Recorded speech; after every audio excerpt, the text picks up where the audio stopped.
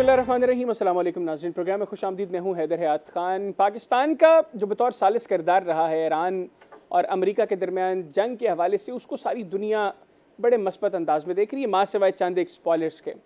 और अब TRT ने उसके ऊपर एक रिपोर्ट भी पब्लिश की है, जिसमें उन्होंने बताया कि किस तरीके से पाकिस्तान के फील्ड मार्शल आसिम मुनीर साहब ने खामोशी से वो किरदार अदा किया जिसका फ़ायदा अब अनकरीब सारी दुनिया को होने जा रहा है। और हम लोगों ने भारत की तरह या दीगर ममालिक की तरह शोर नहीं मचाया, खामोशी से कोशिश की, दोनों ममालिक के साथ एंगेज किया, उनको बिठाया मुज़ाकरात की मेज़ पर। 47 बरस के बाद दोनों ममालिक की आला सतही लीडरशिप को बिठाया और उनके साथ फिर जो नेगोशिएशंस का प्रोसेस शुरू हुआ, अब लग रहा है कि अनकरीब उसके रिजल्ट्स जो हैं वो सारी दुनिया को मिलेंगे। इस पर हम प्रोग्राम में गुफ्तगू करेंगे। फिर हम ये देख रहे हैं कि पाकिस्तान को अब ग्रेट पार्स के क्लब का हिस्सा माना जा रहा है। हमने देखा कि हाल ही में अमेरिकी सदर डोनाल्ड ट्रंप ने चीन का एक तारीखी दौरा किया और कुछ लोगों ने कहा कि ये जो है विजिट ऑफ द सेंचुरी था। उनके दौरे के फौरी बाद दौरा होता है रूसी सदर व्लादिमीर पुतिन का चीन का दौरा, और उनके दौरे के बाद अहम दौरा पाकिस्तान के वज़ीर आज़म शहबाज शरीफ साहब का। और सारी दुनिया अब इसको देख रही है कि जो ग्रेट पार्स क्लब है जिसमें अमेरिका, चीन और रूस शामिल हैं, अब उसके बाद इसमें चौथा नंबर जो है वो पाकिस्तान का है। इस पर भी गुफ्तगू करेंगे। फिर हम देख रहे हैं कि भारत और फ्रांस के दरमियान जो राफेल तैयारों की डील थी, 114 राफेल तैयारों की रिपोर्टेडली तकरीबन $40 बिलियन की ये डील है, वो अब खटाई में पड़ती दिखाई दे रही है। कुछ सोर्स कोड्स का इशू है।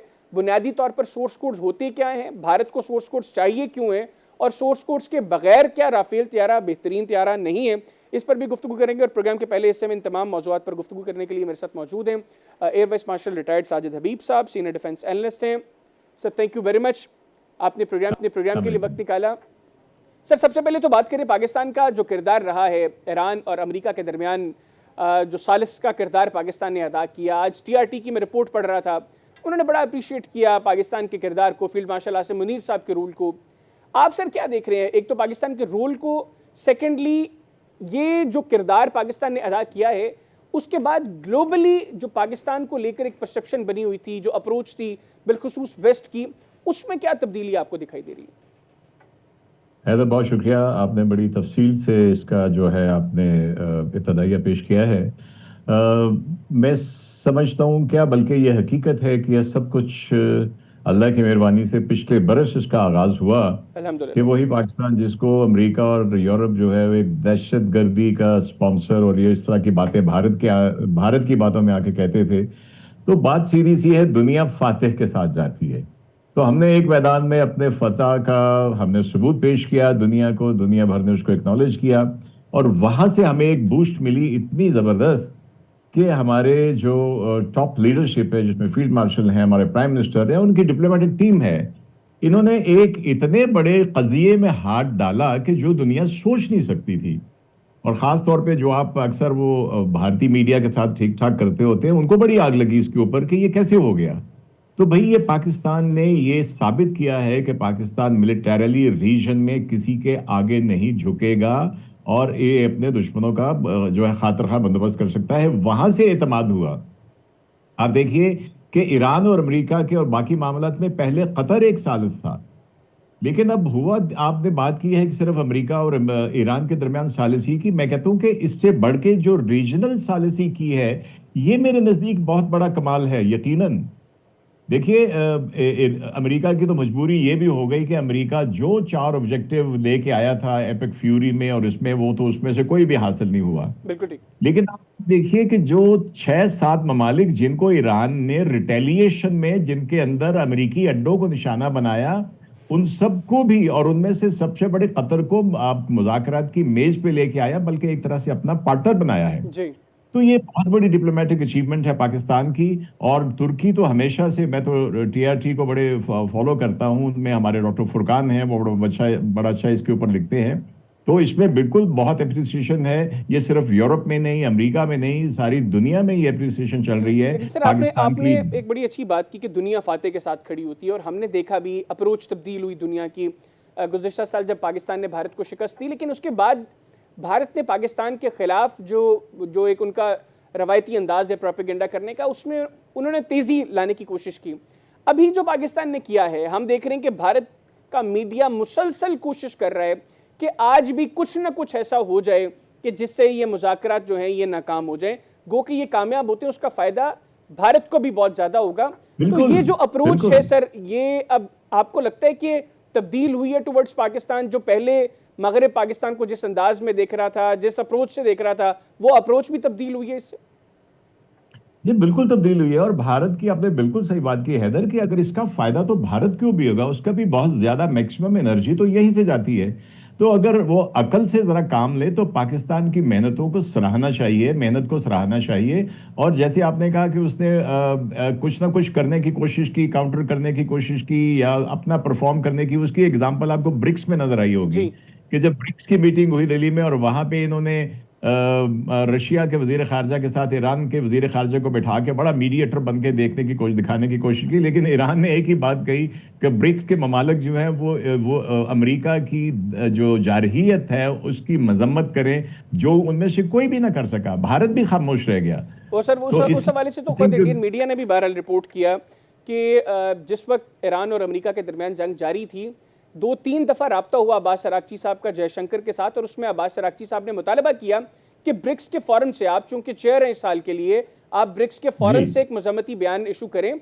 लेकिन वो बिल्कुल 56 इंच के सीने के तो दावेदार हैं, बुनियादी तौर पर तो 16 इंच की सीनी है उनकी, वो अमेरिका के सामने खड़े नहीं हो सकते थे, उन्होंने नहीं किया। सेकेंडली आपने जो सर बात की ईरान और रूस को साथ बिठाकर, अब तो कुछ रिपोर्ट्स ये हैं कि एक अनप्लान्ड मीटिंग जो है वो अजीत डोवल ने भी की अब्बास अरागची साहब के साथ, और उसमें उन्होंने कहा उनको कि अगर आप पाकिस्तान के किरदार को थोड़ा साइड पर रखते हैं, तो पाकिस्तान को थोड़ा साइडलाइन करते हैं, तो हम कोशिश कर सकते हैं, क्योंकि हमारे इजराइल के साथ ताल्लुकात है, तो उनको वहां पर भी शट अप कॉल दी गई। बिल्कुल। और जब इस सब में नाकामी हुई तो मैं एक इनके जयशंकर की स्टेटमेंट सुन रहा था कि वो बड़ी गिड़गिड़ा के कह रहे हैं कि हमने तो अमेरिका का साथ दिया, हमने तो नेतन्याहू का साथ दिया, तो फिर भी हमें कुछ पजीराई नहीं मिली। ये भी ऑन रिकॉर्ड ये चीजें सोशल मीडिया के ऊपर मौजूद हैं। बिल्कुल ठीक। तो आई एक नाकाम कोशिश थी जिसमें उनको कामयाबी नहीं हुई। और आप ये भी देखिए कि कैसे सारी चीजें उलट हो रही हैं भारत के लिए, कि कम से कम कनाडा ने तो सरकारी तौर पे ट्रूडो ने इनको एक दहशतगर्दी को स्पॉन्सर करने वाला मुल्क डिक्लेयर किया था। जी अमेरिका में भी गुरप्रीत सिंह के साथ जो इन्होंने करने की कोशिश की, उसको भी अमेरिका ने सरकारी तौर पे कहा कि इसके पीछे भारतीय एजेंसीज हैं।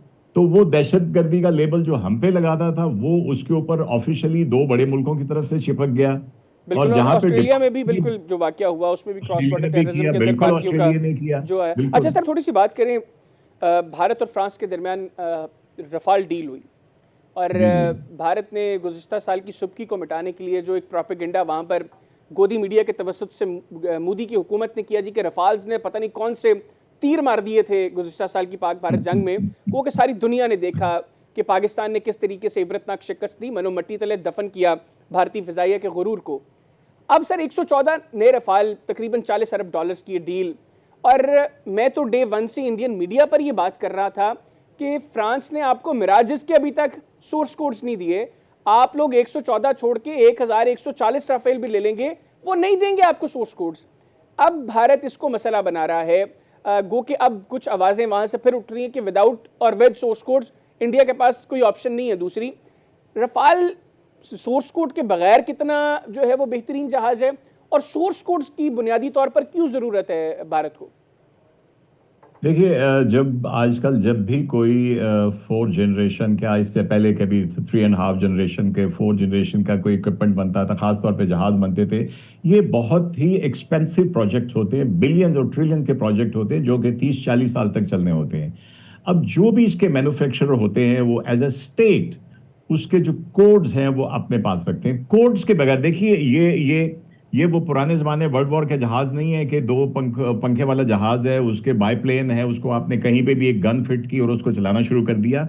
ये ने सारी इलेक्ट्रॉनिक्स हैं, और किसी भी वेपन को इंटीग्रेट करने के लिए जी आपको सोर्स कोड चाहिए होता। मैं आम जबान में ये कहूंगा कि आपको वो ताले की चाबी, आपको बड़ा खूबसूरत सामान पैक करके दे दिया, उसको आप जितनी वो इजाजत देगा सिस्टम इस्तेमाल कर सकते हैं, लेकिन आपको जब तक वो सोर्स कोड जिसको चाबी कहते हैं वो नहीं देगा, आप उसमें कोई तब्दीली नहीं कर सकते। बिल्कुल आप ठीक। कोई डिफरेंट रडार लाना चाहते हैं, आप उसमें डिफरेंट वर्जन का बीवीआर इंस्टॉल करना चाहते हैं, आप उसको डाटा लिंक से कनेक्ट करना चाहते हैं, इन सब के लिए आपको वो उस ताले की चाबी चाहिए होती है जिसको सोर्स कोड कहते हैं। तो वो देखिए, अब पाकिस्तान और चाइना के ताल्लुकात तो और तरह के हैं। जब चाइना की टेक्नोलॉजी बहुत लिमिटेड थी 60s में 70s में, और हमारे पास वेस्टर्न टेक्नोलॉजी थी, तो हमने उससे मुतारफ कराया। तो ये एक बाहमी एतमाद है जो चल रहा है। फ्रेंच में आपको बताऊं बड़े महंगे हैं, दे आर वेरी एक्सपेंसिव। उनकी जो चीजें को सस्ती भी होती थी, वेरी एक्सपेंसिव। मेरा 2005 भी बड़े महंगे थे, और हमारे पास उस तक ऑप्शन थी, लेकिन we went for the F-16। तो ये सोर्स कोड के बगैर ये उतना ही फ्लाई कर सकेंगे जितनी के उनको मैन्युफैक्चरर ने या फ्रांस ने जिस डोमेन में और जिन वेपन्स के साथ, जिन रेडार्स के साथ, जिन मिसाइल्स के साथ ऑथोराइज किया है। यानी ये जो तो ये ब्राह्मोस को बुनियादी इंटीग्रेट चीज है। करने की कोशिश कर रहे हैं रफाल के साथ, जी, ये नहीं कर सकते अनलेस इनके पास सोर्स कोड्स हों। अनलेस, बिल्कुल जी, अनलेस, बिल्कुल। आप इवन इनकी जो थ्रेट लाइब्रेरीज होती हैं जहाज के अंदर, उसको भी अपग्रेड करना हो तो आपको सोर्स कोड चाहिए। उसको रिपेयर करना हो, ये टोटल डिपेंडेंस होती है उसके मैन्युफैक्चरर के ऊपर। आपका एक ऐसा कंपोनेंट जिसका सोर्स कोड आपको नहीं पता, आप उसको रिपेयर भी नहीं कर सकते। तो ये इसलिए एक बुनियादी चीज है। अगर आपने उसको, उसकी मेंटेनेंस करनी है रिपेयर के लेवल के ऊपर, उसको आपने इसको अपग्रेड करना ओवरहॉल है करना है, तो कुछ भी। जी अब इसका अपग्रेड मतलब ये कि करना है। पाकिस्तान के साथ जो टेक्नोलॉजी चीन ने शेयर की और हमारे लोगों ने उसके ऊपर जो काम किया, और हम लोगों ने देखा भी कि JF-17 थंडर का जो ब्लॉक 3 था, जिसके साथ हमने PL-15 को इंटीग्रेट किया और वो बड़ा लीथल कॉम्बिनेशन साबित हुआ, हमने इनके S-400s गिराए उससे। तो ये भारत ख्वाहिश कर सकता है, ये ख्वाहिश पूरी नहीं हो सकती अनलेस फ्रांस आकर खुद उनकी जो है वो जी, मामलात को देखे। जी, जब तक फ्रांस नहीं एग्री करेगा उस वक्त तक ये नहीं हो सकता। बिल्कुल ठीक। और अच्छा मैं सर। आपको आपको हैदर, आपको एक छोटी सी बात जी बताऊं कि प्लीज सर। ये आमतौर पे एक ही विंटेज के जो चीजें हैं उनको कहते हैं कि जी उनको इंटीग्रेट करना वो है, वो बड़ी बात होती है, वो हो जाते हैं। लेकिन अल्हम्दुलिल्लाह पाकिस्तान एयरफोर्स का कमाल ये है कि पिछली जंग में जो पिछले साल हुई है, हमने हर विंटेज के जहाज़ों को एक ही सिस्टम के अंदर इंटीग्रेट किया, और अल्हम्दुलिल्लाह। पूरी पैकेज भी थी उसमें। हर जो ऑपरेटर था वो चीन का बना हुआ था, या फ्रांस का था, या स्वीडन का था, या वो अमेरिका का था। दे वर ऑल इंटीग्रेटेड। ये कमाल किया पाकिस्तान ने। अल्हम्दुलिल्लाह। सर आखिर में ये बताइएगा, अभी बड़ी बातें हो रही हैं जो तुर्की ने स्टेल्थ ड्रोन बनाया है, UAV बनाया है, और अब कुछ खबरें हैं कि शायद पाकिस्तान और तुर्की भी उसके ऊपर कोई मिलकर काम करने जा रहे हैं। पाकिस्तान की ड्रोन टेक्नोलॉजी अल्हम्दुलिल्लाह पहले भी बड़ी बेहतरीन थी भारत की निस्बत। जी हमने बिल्कुल। देखा कि गुज़िश्ता साल हमारे ड्रोन्स जो हैं वो नई दिल्ली में भारतीय वज़ीर आज़म के दफ्तर के ऊपर फ्लाई करते रहे, गुजरात में जी जी उनके इकोनॉमिक बिल्कुल। सेंटर्स के ऊपर फ्लाई करते रहे। तो अब ये जो नई टेक्नोलॉजी है, स्टेल्थ टेक्नोलॉजी का ड्रोन में आना, ये किस कदर जो है वो बड़ी कामयाबी है पाकिस्तान के लिए, और भारत के लिए पाकिस्तान की तरफ से कितना बड़ा खतरा है? ये माशाल्लाह एक, और मैं समझता हूँ कि मेरा अपना एक्सपीरियंस है हैदर। मैं टर्की में 4 साल रहा हूँ, मैंने उनकी एयरफोर्स के साथ कोर्सेज किए हैं। मैं वहाँ पे पाकिस्तान का मिलिट्री डिप्लोमेट रहा 3 साल। जितनी मोहब्बत एक कौम के तौर पे तुर्क पाकिस्तान से करते हैं वो शायद कहीं और नहीं। बाकी हमारी दोस्तियां होंगी, हमारी बिजनेस रिलेशंस होंगे, लेकिन तुर्की एक ऐसा मुल्क है। और ये तब से तकरीबन 2004 से ये ड्रोन्स के सिलसिले में हमारा ताउन उस वक्त से शुरू हुआ है। और अब आप देखिए कि ऑलरेडी तुर्की के ड्रोन्स हमारे पास हैं, और तुर्की ने पाकिस्तान को लोकली बनाने की इजाज़त भी दी हुई है, और ये सिलसिला चल रहा है। आपने सुना होगा पिछले बरस भी कि जब हमारे चीफ मार्शल तुर्की गए हैं, तो वहाँ पे उनका जो कान है 5th जनरेशन 6th जनरेशन, उसमें भी पार्टिसिपेट करने की ऑफर है। जी। तो ऑलरेडी हम पाकिस्तान और तुर्की की इंतहाई ऊंचे दर्जे की कोलैबोरेशन है जो ड्रोन्स के सिलसिले में, क्योंकि दोनों के पास टेक्नोलॉजी है, और दोनों की टेक्नोलॉजी मिलके तो बहुत ही बेहतरीन टेक्नोलॉजी के तौर पे वजूद में आ चुकी है, और इंशाल्लाह आगे भी आती रहेगी। और ये भारत के लिए सर कितना बड़ा खतरा है? वो पंजाबी में कहते हैं ना, शरीका नु आगे लगे तो लगन दो। इससे ज्यादा क्या हो सकता है चले कि ठीक। उनको बहुत तकलीफ है।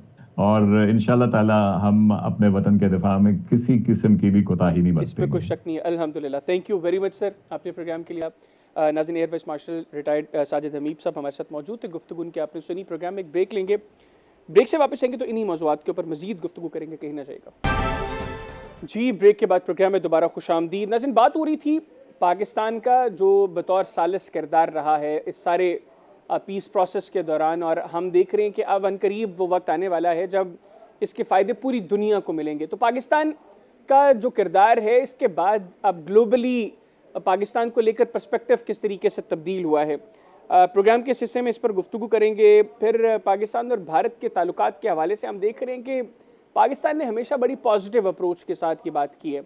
रिसेंटली इंडिया से कुछ लोगों ने ये आवाज़ें बुलंद की हैं, उनके फॉर्मर रॉ चीफ ने, उनके फॉर्मर आर्मी चीफ ने, आरएसएस के जो करंट जनरल सेक्रेटरी हैं उन्होंने ये बात की है, लेकिन उनकी हुकूमती सतह पर जो लोग करंटली वहाँ पर इक़्तिदार में हैं उनमें से किसी शख्स ने ये बात नहीं की। तो इसका मकसद क्या है, भारत बुनियादी तौर पर चाहता क्या है, इस पर भी प्रोग्राम के इस हिस्से में गुफ्तगू करेंगे। और इसके लिए मुझे ज्वाइन किया है डॉक्टर सैयद राग़िब अली साहब ने, रीनाउंड एक्सपर्ट इंटरनेशनल अफेयर्स के। डॉक्टर साहब, थैंक यू वेरी मच अपने प्रोग्राम के लिए वक्त निकाला। अस्सलाम वालेकुम। वालेकुम सलाम जी, और thank you very much for having me on your show. Thank you very much for your time. Doctor साहब, सबसे पहले तो पाकिस्तान के किरदार के हवाले से बात करें। मुझे बताइएगा, क्या पिछले साल जंग से कबल जो आज हमारा जियो पोलिटिकल स्ट्रक्चर है, आपने कभी सोचा था कि ऑल ऑफ अ सडन चीज़ें इस तरीके से तब्दील होंगी, दुनिया हमारा मिलिट्री मसल देखेगी, फिर हमसे इम्प्रेस होगी, फिर इतना बड़ा मसला 47 साल का मसला, दो बड़े राइवल्स, उनको 47 साल के बाद मुज़ाकरात की मेज़ पर बिठाना, वो शर्फ भी अल्लाह ताला ने हमें बख्शा। फिर अभी जो बातें हो रही हैं, लग रहा है कि बहुत जल्द उनके दरमियान एक डील भी हो जाएगी जिसका फ़ायदा पूरी दुनिया को होगा। तो ये ऑल ऑफ अ सडन जो शिफ्ट आया है, ये किस तरीके से है? देखें जी, सबसे पहले तो ये है कि मैंने तो बिल्कुल नहीं सोचा था, लेकिन मेरे साथ साथ मेरा ख्याल है कि रीजनली और ग्लोबली स्पीकिंग शायद किसी ने भी नहीं ये सोचा था। उसकी बहुत सारी रीज़न्स हैं। एक बैगेज था पूरे का पूरा, एक प्रोपेगेंडा कैंपेन थी, और आपको पता है कहाँ कहाँ से किस तरह की प्रोपेगेंडा कैंपेन का पाकिस्तान शिकार रहा। लेकिन इसके साथ साथ मैं ये कहना चाहता हूँ, जो एक बड़ी इंपॉर्टेंट बात है वो ये है कि ये जो निगोशिएशंस हो रही हैं, इनमें ये रोल प्ले करना, इसको आप एक नॉर्मल जो तरीक़ाकार होता है निगोशिएशंस का, या हिस्ट्री ऑफ निगोशिएशंस जो है, उसके मुताबिक इसको मत देखें। ये एक बिल्कुल डिफरेंट रोल है जिसको पाकिस्तान इस वक्त बहुत ही एक्सपर्टली और बड़े ही अच्छे तरीके से प्ले कर रहा है। देखें, दो बड़ी ताकतें हैं, या कम अज़ कम एक बड़ी ताकत उसमें ज़रूर है जिसको कि पूरी दुनिया की इस वक्त till to date number 1 super power of the world जो है वो दैट इज़ अमेरिका, और उसके साथ दूसरी बड़ी ताकत जो है वो इसराइल है।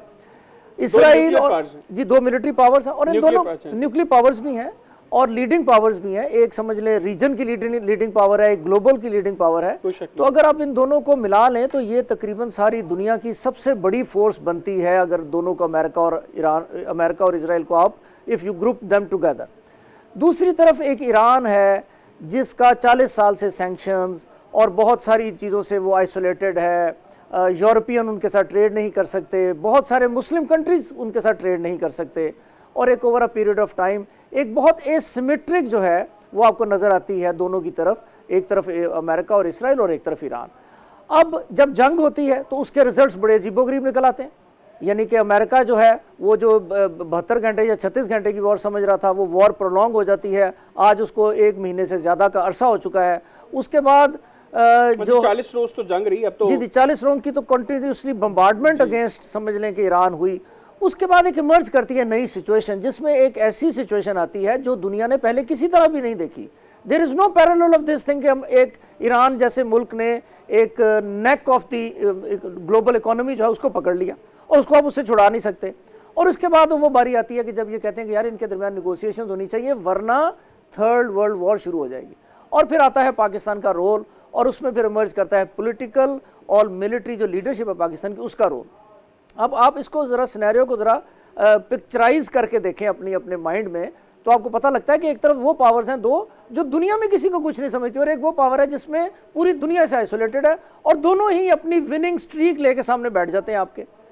आप ये समझते हैं कि स्टेट लेवल पे कब जब किसी के साथ जाके बातचीत करनी, जो कि समझ रहा है कि यार मेरे हाथ इस वक्त जो इतने स्ट्रांग है कि वॉर में मैं विक्टर हूं, या मेरे हाथ में एक गेम आ चुकी है जो कि मेरी पूरी की पूरी आगे ट्रेजेक्टरी कंट्रोल में। यही फीलिंग ट्रम्प साहब की है, यही फीलिंग ईरानियन लीडरशिप की है, और उन दोनों के साथ जाके बात करना, उन दोनों को एक टेबल पे लाना। कि सबसे मुश्किल चीज़ ये होती है जब दोनों तरफ अप्रोच हो कि मैं भी जीत गया हूँ, मैंने कॉम्प्रोमाइज नहीं करना, मैं भी जीत गया हूँ, मैंने कॉम्प्रोमाइज नहीं करना, ऐसे में समझाना बड़ा मुश्किल है। और यही मैं बेसिकली, आपने बड़ा अच्छा बल्कि क्यों दे दिया मुझे, कि यही चीज़ मैं बताना चाह रहा हूँ, बेसिकली रिफ्लेक्ट करना चाह रहा हूँ कि दो जीती हुई फीलिंग्स के साथ बैठे हुए लोगों के दरमियान नेगोशिएट करवाना, और जिसमें एक वो हो जो सुपर पावर समझता है अपने आप को, और उसके फिर प्रेसिडेंट हैं यानी ट्रम्प साहब। तो ये तकरीबन उनकी स्टेटमेंट्स वगैरह आप देखें तो ऐसे ही लगता है कि वो कहते हैं यार परसों मैं इस मुल्क को ये कर दूंगा, इसकी लीडरशिप चेंज कर दूंगा। उनको ये कहना कि आप बैठें, और फिर सबसे बड़ी बात जिस पे अभी न्यूयॉर्क टाइम ने भी लिखा और सब ने लिखा कि एक ही कमरे में दोनों को बिठा दिया। This is very strange in fact, और this is very difficult. Normally इस तरह की निगोसिएशन होती हैं इंटरप्रेटर्स के जरिए से हो रही होती हैं, आमने सामने टेबल पे बैठ के बातचीत नहीं हो रही होती। वो कहते हैं जी वो ये कह रहे हैं, और वो जो मीडिएटर होता है वो ऑसिलेट करता रहता है दोनों के बीच में।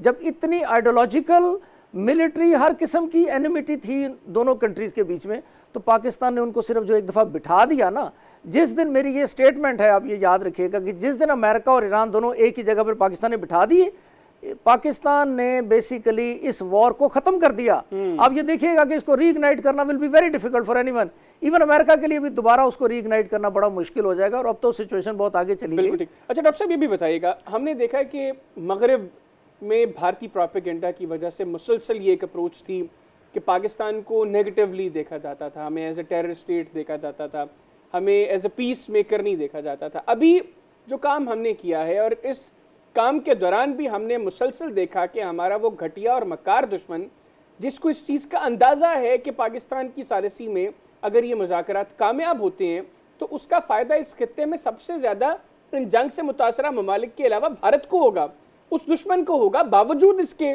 हम कोशिश कर रहे हैं कि खित्ते में अमन हो, पूरी दुनिया उससे मुस्तफ़ीद हो, लेकिन उनकी कोशिशों के बाद हम देख रहे हैं कि आज अप्रोच तब्दील हो गई है वेस्ट की।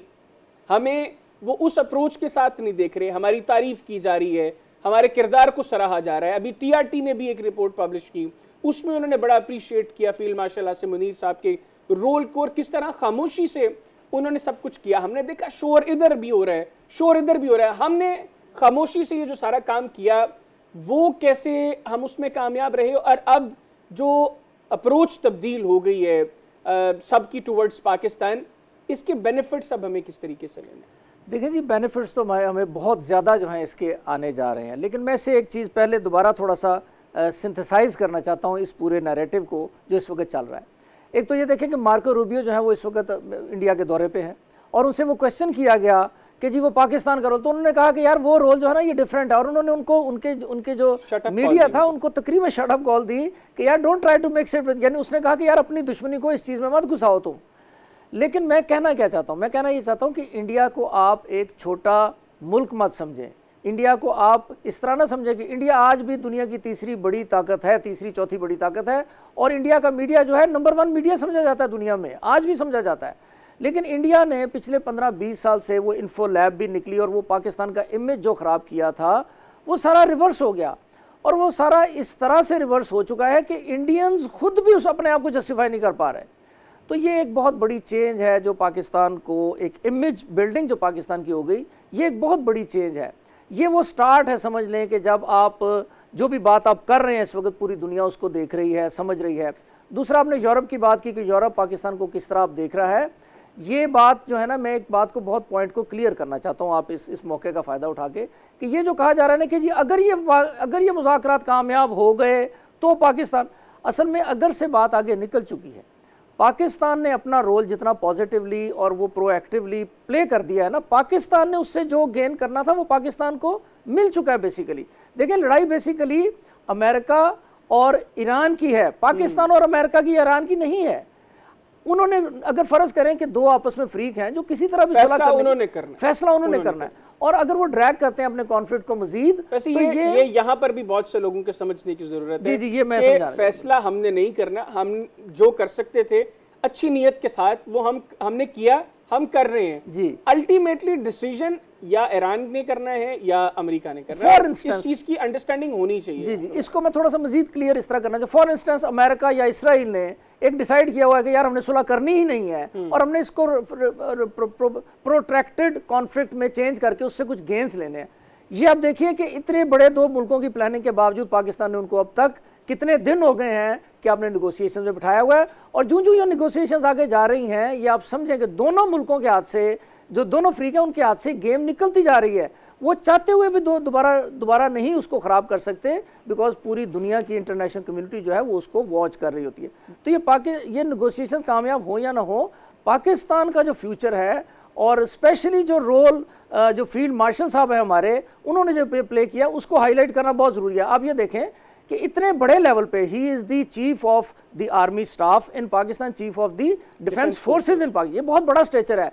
He himself is leading the negotiation, समझ लें कि मीडिएशन जो है उनकी एफर्ट को खुद इन्वॉल्व होकर इतने बड़े लेवल पे निगोशिएट करवाना, ये और बहुत मैं बड़ा समझता हूँ रोल है। कामयाबी है कि सीबीएस जैसे इदारे जो इंडिया के फादरलैंड के पेरोल पर चलते हैं, वो भी फील्ड मार्शल सैयद आसिम मुनीर साहब के किरदार की तारीफ कर रहे हैं। मुझे एक छोटा सा सर ब्रेक लेना है। जी जी प्लीज। ब्रेक से वापस आएंगे नाजरीन तो डिस्कस करेंगे। एक तो जो हम आगाज में बताया कि भारत से अब कुछ आवाज़ें, कुछ लोग बात कर रहे हैं पाकिस्तान के साथ मुज़ाकरात के हवाले से। फिर एक बड़ा अहम दौरा पाकिस्तान के वज़ीर आज़म शहबाज शरीफ साहब ने चीन का किया, और ये दौरा उस वक्त किया जब इनके इस दौरे से पहले चीन में जाते हैं रूसी सदर व्लादिमीर पुतिन, और उससे पहले ट्रंप अमेरिकन प्रेसिडेंट। तो जो ग्रेट पार्स का क्लब है, क्या पाकिस्तान अब उस क्लब में शामिल हो गया है? इसको डिस्कस करेंगे कहीं ना कहीं। जी, ब्रेक के बाद प्रोग्राम में दोबारा खुश आमदीद। अच्छा डॉक्टर साहब, मुझे ये बताइएगा, हमने देखा अभी हाल ही में चीन का दौरा किया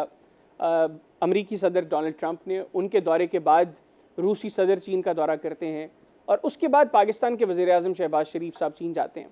अब एक बात ये भी हो रही है कि ये जो ग्रेट पार्स का क्लब है, जिसमें माजी में सिर्फ चीन, अमेरिका और रूस शामिल थे, पाकिस्तान ने गुज़श्ता एक साल में जो कुछ हासिल किया है डिप्लोमेटिकली, उसके बाद मिलिटरीली, पाकिस्तान भी अब उस ग्रेट पार्स के क्लब का हिस्सा है। आप इस अप्रोच को सेकंड करते हैं कि वाकईतन हम लोगों ने जो कुछ किया है, जिसका फ़ायदा पूरी दुनिया को हुआ है, फिर जो हमने बतौर फाते बता दिया कि हमारी कैपेबिलिटीज़ क्या हैं, हमारी सलाहियतें क्या हैं, तो Pakistan is the part of this great powers club?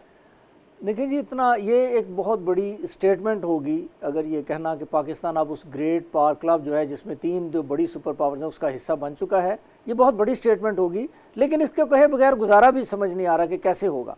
उसकी रीज़न ये है कि आप एक तो ये एक बात समझ लें कि इस रीजन को लेके जो चाइना और पाकिस्तान, इनको आप समझ लें एक ही ओरिएंटेशन समझ लें, उसको एक स्ट्रेटेजिक डिज़ाइन को एक अप्रोच है दोनों की, और दोनों इकट्ठे हैं। और आपको पता है कि इंडिया के साथ वॉर में भी आपने देखा कि पाकिस्तान और चाइना जो थे वो इकट्ठे खड़े थे, और पूरे रीजन में जितनी भी जियोपॉलिटिक्स और जियो स्ट्रेटेजिक जितनी भी आगे चलनी है, उसमें ये 2 कंट्रीज़ ही रोल प्ले करने जा रहे हैं। ग्लोबली अगर आप देखें तो अमेरिका और चाइना के दरमियान जो एक थोड़ी सी ऊंच नीच थी, वो हमें बराबर होते नज़र आ गई जब ट्रंप साहब ने आगे कहा कि जी there are only 2 super powers, एक हम है और नंबर 2 चाइना है। तो चाइना के साथ पाकिस्तान को हमें क्लब करके देखने की ज़रूरत है आइंदा जो भी रीजनल और ग्लोबल डायनामिक्स हो रही हैं। पाकिस्तान का रीजन में एक बहुत बड़ा किरदार जो है वो अगर एज नेट सिक्योरिटी प्रोवाइडर नहीं है तो one of the net security provider आपको होता हुआ नजर आ रहा है। And this region is not South Asia now, this includes now Middle East also. बिल्कुल। अच्छा सर, आपने ये जो बात की अमेरिका और चाइना के हवाले से, इवन डोनाल्ड ट्रंप को आपने कोट किया, उन्होंने चीन के दौरे से पहले ये कहा भी कि ये 2 सुपर पावर्स जो हैं उनकी अब मुलाकात है। हमने माजी में ये देखा है कि पाकिस्तान एज ए पेंडुलम, कभी अमेरिका के साथ हमें क्लब किया जाता था, कभी चीन के साथ क्लब किया जाता था, और हमारे ताल्लुकात एक ही वक्त में सबके साथ अच्छे नहीं रहते थे। अब एक चीज़ ये भी हुई है कि बैक वक्त ना सिर्फ चीन और अमेरिका के साथ, पाकिस्तान के रूस के साथ भी बड़े अच्छे ताल्लुकात हैं। तो ये आपके नज़दीक कितनी बड़ी अपॉर्चुनिटी है कि हम, पाकिस्तान दुनिया का शायद वाहिद मुल्क है इस स्टेचर का जिसके 3 ग्रेट पार्स के साथ बहुत अच्छे ताल्लुकात। ये जी बिल्कुल आपने बड़ी ज़बरदस्त ये बात की है। और एक जो है आपको पता है एक ऑथर हैं, एक राइटर हैं, स्कॉलर हैं, उन्होंने ये बात कही है कि पूरी दुनिया में there is only 1 country, Praveen Sawhney साहब ने कहा है कि देयर इज़ ओनली 1 कंट्री जिसके इन 3 कंट्रीज़ के साथ बेहतरीन ताल्लुकात हैं, चाइना, अमेरिका और रशिया के इस वक्त। असल में जो मेरा ख्याल ये है कि when you are on the right side of history, और कुछ अल्लाह की रहमत भी होती है, तो फिर आपकी जो वीक पॉइंट्स होते हैं वो भी आपकी स्ट्रेंथ्स बन जाती हैं। पाकिस्तान की अच्छे या बुरे ताल्लुकात इन 3 मुल्कों से ज़रूर रहे हैं। कभी हम अमेरिकन समझ लें टिल्ट की तरफ चले जाते थे, कभी हम चाइना की तरफ चले जाते थे, लेकिन यही चीज़ आज पाकिस्तान की स्ट्रेंथ भी बन चुकी है। बिकॉज कभी आप अगर अमेरिका के साथ है तो आपकी कुछ ना कुछ लिंक्स और कुछ ना कुछ आप समझ लें अंडरस्टैंडिंग अमेरिकन की भी हम समझते हैं, अमेरिकन डिप्लोमेसी को भी, और चाइना के साथ हमारे एज लॉन्ग हमारे ताल्लुकात हैं। रशिया के आपको पता है कि हमने पिछले कोई 2 डेकेड्स में रशिया के साथ वी हैव बहुत ज़्यादा हमने नैरो डाउन किया है अपने जो समझ लो जो गैप्स थे। तो इस वक्त वो पाकिस्तान की वही वीकनेस जो है बस बिल्कुल अब एक स्ट्रेंथ बन के सामने आ चुकी है कि पाकिस्तान इन तीनों के साथ इनरोड्स भी हैं और अब अंडरस्टैंडिंग भी है, और उनको पाकिस्तान की ज़रूरत भी है। Pakistan has become the pivot in fact particularly in Asia. बिल्कुल। अच्छा सर, कुछ बात कर लें भारत की। एक तो वहाँ पे कभी भी किसी ने ज़बान खोली उसने गलाजत ही बकी है, लेकिन अभी कुछ लोग हैं जो वहाँ पर कुछ सेन वॉइसेस हैं जो समझते हैं कि जो 11-12 साल की खामोशी थी भारतीय गोदी मीडिया की वजह से, भारतीय हुकूमत की पॉलिसीज़ की वजह से, जो मुंह खोलता था, जो आवाज़ उठाता था उसको गद्दार कह दिया जाता था। इवन आप अंदाज़ा लगाएं कि राहुल गांधी को भी आज इंडियन जो गवर्नमेंट है वो कहती है कि ये पाकिस्तानी एजेंट है। बहरहाल ये तो एक रेफरेंस के तौर पर बात है, लेकिन आवाज़ें ऑल ऑफ अ सडन वहाँ से उठना शुरू हो गई हैं। पाकिस्तान के साथ मुज़ाकरात की, पाकिस्तान के साथ बातचीत की, पीपल टू पीपल कॉन्टैक्ट की, RSS का जनरल सेक्रेटरी बात करता है, farmer army chief Manoj Naravane बात करते हैं, फॉर्मर रॉ चीफ एस दौलत बात करते हैं, लेकिन जो करंट रिजीम या तबका भारत में बरसर इक़्तिदार है वहाँ से कोई ऐसी बात नहीं हो रही। तो इन लोगों की तरफ से बात आने का मकसद आपके नज़दीक क्या है? देखें जी, जो नैरेटिव बेसिकली RSS ने चलाया शुरू किया 2000 ऑनवर्ड, पिछले 20 साल से उन्होंने उसके बहुत बेनिफिट्स लिए, लेकिन उस वक्त भी जो सेन माइंड्स थे, जो स्कॉलरली लोग थे, जो हिस्ट्री को अंडरस्टैंड करते थे, वो ये कहते थे कि ये नैरेटिव चलने वाला नहीं है। मसला सिर्फ RSS का मुसलमानों के और पाकिस्तान के ख़िलाफ़ नहीं है। उन्होंने सारी की सारी जितनी भी थी उधर माइनॉरिटीज़, उन सबको कॉर्नर करना शुरू किया, और उसमें क्रिश्चियन जो हैं वो बात होती नहीं है। ये बात क्रिश्चियंस के ऊपर इंडिया में बहुत ज़्यादा लेके जो है ना, एक डेरोगेटरी समझ लें, एक पॉलिसीज़ जो हैं वो चलती रही हैं पिछले कई सालों से। ये नैरेटिव चलने वाला था ही नहीं। इसी वजह से सूनर और लेटर इस पूरे नैरेटिव ने क्लैप्स डाउन होना ही था। तो वो टाइम आ गया कि जब उनको मौका मिला, जब सेन माइंड्स को मौका मिला, जब RSS को, बीजेपी को पाकिस्तान ने वाज़ेह शिकस्त जो दे दी, तो फिर वहाँ की जो अपोजिशन थी उन्होंने खुल के बातें करना शुरू कर दी। तो अब उनके मीडिया को भी ना चाहते हुए भी उन चीज़ों को कवर करना पड़ता है। तो ये वो बातचीत जो है, लेकिन हम देख रहे हैं सर, वहाँ पर उनको बड़ा बैकलैश का भी सामना करना पड़ रहा है। अगर मनोज नरवाने ये बात करते हैं कि मुज़ाकरात की मेज़ पर चीज़ों का हल निकलेगा, डेफिनेटली उन्होंने इंडियन आर्मी को हेड किया है, वो former chief of army staff हैं। आज भारत में लोग उठकर उनको कह रहे हैं कि आप तो भारत के फॉर्मर आर्मी चीफ रहे हैं, आप कैसे कह सकते हैं कि पाकिस्तान के साथ मुज़ाकरात हों? मैंने तो काउंटर नैरेटिव दिया कि अगर भारत का फॉर्मर आर्मी चीफ ये बैठकर बात कर रहा है, इट मीन्स कि उसने तो क्लोजली चीज़ों को देखा है, वो आम आदमी से ज़्यादा बेहतर समझता है चीज़ों को। तो ये अप्रोच आप समझते हैं कि सेंटर में भी है, भारत में जो शैतानों का गढ़ है वजारत उज़्मा का दफ्तर, वहाँ पर भी ये अप्रोच है कि ये अप्रोच सिर्फ इन्हीं लोगों में है जो अदरवाइज जिनको अब इस वक्त कह लें कि कुछ सेन वॉइसेस हैं, प्रवीण सानी साहब तो बहरहाल बड़े अरसे से ये बात कर रहे हैं ना। लेकिन देखें, आप अगर उनके सेंटर में ये बात नहीं भी है ना, अगर ये अप्रोच नहीं भी है, तो वो वेजेस जो इस तरह के क्रिएट हो रहे हैं ना, वो इस बात का सबूत है कि ओवरऑल जो लॉजिक था ना वो बेसिकली गलत था। तो अब वो जो वेजेस जब एक दफ़ा क्रिएट हो जाएं, जब सेन जो आप समझ लें ना कि अब जो सच है उसने अल्टीमेटली प्रिवेल करना ही होता, तो वो टाइम आ गया, क्योंकि वो वेजेस क्रिएट होते जा रहे हैं और जो वो मीडिया एक्सपोज होता जा रहा है, उनकी जो गवर्नमेंट है, उनके जो लीडरशिप है वो एक्सपोज होती जा रही है। तो आहिस्ता आहिस्ता आप देखिएगा कि ये सारे का सारा जो है ना, ये झूठ उनका गलत साबित हो जाएगा। आप ये देखें कि आज इस वक्त पूरा जोर लगा के भी इंडिया जो है वो he is not part of any politics. आप समझ लें, इंटरनेशनल पॉलिटिक्स में इतना कुछ हो रहा है, कुछ 3-4 इतनी बड़ी जंगें चल रही हैं, कहीं पे नेगोशिएशन। पाकिस्तान को आइसोलेट करने के चक्कर में ग्रेजुअली इंडिया खुद आइसोलेट हो चुका है। अगर ये मार्को रूबियो साहब का इस वक्त दौरा ना हो रहा होता तो लोगों को पता ही ना लगता कि इंडिया में कोई मुल्क है। वो गए हैं, कोई बात की वो प्रेस कॉन्फ्रेंस करते हैं तो इंडिया का कहीं ना कहीं जिक्र आ रहा है, वरना नोबडी इज डिस्कसिंग। ट्रम्प साहब is not discussing India, United kingdom जो यूके हैं वो डिस्कस नहीं कर रहे, जो लीडिंग कंट्रीज हैं, आप फ्रांस देख लें, जर्मनी देख लें, कोई इंडिया की बात नहीं कर रहा। जिससे बात होती है वो ले दे के वो करते हैं जी, वो पाकिस्तान की बात करते हैं, या मिडल ईस्ट में जो लोग हैं, जो कंट्रीज हैं जो इस वक्त रोल प्ले कर रही हैं, उनकी बातचीत होती है। So India has receded to its home. In fact आप समझ लें कि इंडिया में इंडिया की बात की जा रही है इस वक्त। तो ये उस लॉजिक की फेलियर है जिस पे इंडिया, वो जो शाइनिंग इंडिया की बात करते थे और वो कहते थे जी हम तो पता नहीं सुपर पावर बनने जा रहे हैं, यूनाइटेड नेशन की एक सीट ले लेंगे, चाइना और पाकिस्तान को इकट्ठे टेक ऑन कर सकते हैं। वो पाकिस्तान को क्या, मुझे तो लगता है अभी भी सिर्फ नेपाल और बांग्लादेश के लेवल की वो पावर है। बांग्लादेश के साथ भी रिसेंटली बॉर्डर सिक्योरिटी फोर्स जो है इंडिया की, उनकी बांग्लादेश जो बॉर्डर गार्ड्स हैं उनके साथ बड़ा मामला हुआ है, वहाँ पे फेंसिंग की कोशिश की इन्होंने। जी आलम ये है, मतलब आप इनका अंदाजा लगाएं कि ख्वाहिश है इनकी पाकिस्तान से लड़ने की, आप इनकी बकवास सुन लें, इनकी गीदड़ भपकियाँ सुन लें, ऐसे डायलॉग मारेंगे पाकिस्तान को लेकर। औकात ये है कि बॉर्डर गार्ड्स ऑफ बांग्लादेश ने सिर्फ स्नब किया, उन्होंने ऊंची आवाज़ में सिर्फ ये कहा कि ये जो हरकत हो रही है यहाँ पर ना हो, तो उनकी बॉर्डर सिक्योरिटी फोर्सेस मुंह पर उंगली रखकर इस तरह खामोशी से चुप करके बैठ गए। आखिर में सर 1 मिनट है मेरे पास, मुझे मुख्तसरन ये बताइएगा, मौजूदा जो शैतानी टोला भारत में बरसर इक़्तिदार है, इसके रहते आपको पाकिस्तान और भारत के ताल्लुकात में बेहतरी की कोई उम्मीद दिखाई दे रही है? देखिए जी, अपेरेंटली तो नॉट। उसकी वजह यह है कि वो एक खास अपने ना बॉक्स कर लिया हुआ उन्होंने आपको। देखिए आरएसएस का नैरेटिव ही ऐसा है कि अगर वो उस नैरेटिव को थोड़ा सा ब्रेक करने की कोशिश करेंगे या उससे बाहर आने की कोशिश करेंगे तो उनका सारे का सारा वो जो रेजीम है वो खत्म हो जाएगा उनका। बिल्कुल ठीक। तो मुझे लगता नहीं है कि बेहतरी की उम्मीद लगती नहीं है, लेकिन फिर भी मैं ये ख्वाहिश करूंगा कि कोई ना कोई बेहतरी की उम्मीद निकालनी चाहिए। बिल्कुल ठीक। Thank you very much sir, हमके लिए वक्त निकाला। नाज़रीन, डॉक्टर सैयद राग़िब अली साहब हमारे साथ मौजूद थे, उनकी गुफ्तगू आपने सुनी। आज के प्रोग्राम से मुझे इजाज़त दीजिए, आपसे मुलाकात होगी इंशाल्लाह अगले हफ्ते। तब तक के लिए अल्लाह हाफ़िज़, और तमाम अहले इस्लाम को मेरी तरफ से और इनसाइट की पूरी टीम की तरफ से ईद उल अज़हा की बहुत बहुत मुबारकबाद। अल्लाह हाफ़िज़।